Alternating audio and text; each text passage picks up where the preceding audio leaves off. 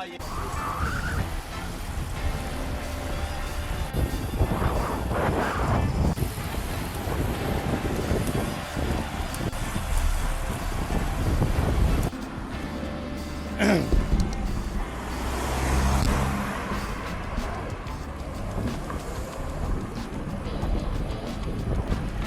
ekipa, evo me u Kranjčevićevoj,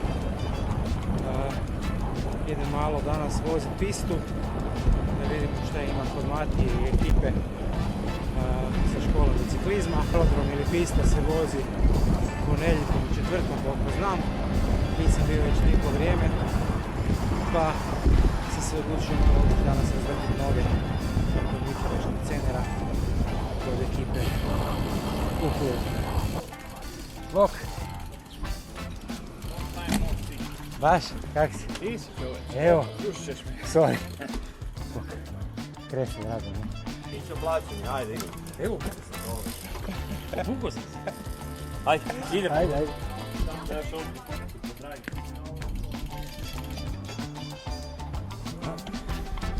Evo nas na velodromu.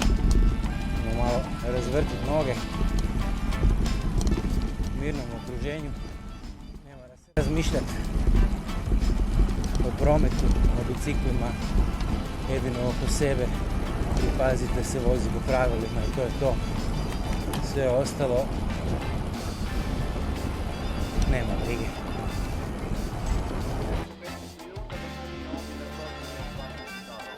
Da to završimo, pravit ćemo šaljivu dohvat. Šaljiva dohvat na način, da ćemo podijeliti grupu. Dva jednaka dijela. Jedna grupa će starta tu, jedna grupa će starta tamo. Poanta dohvatne nije ko je brži. Generalno da ćete jedan drugog uloviti. Poanta je da grupa se ne smije razbiti. Znači ići ćete toliko brzo koliko se grupa ne raspada. Sve skupa neće dugo trajati, vidjet ćemo kako napredujete, ali da bi to organizirali prvo, to ćemo sad nazad vratiti u ritam pedaliranja, a sad smo u ritmu zezancije i smijeha. Ajde na pedale, mala šajba, da. Zadnji izlaz može ta priča stisnuti. Evo, samo iskreno smijenje, nema ovog na silu.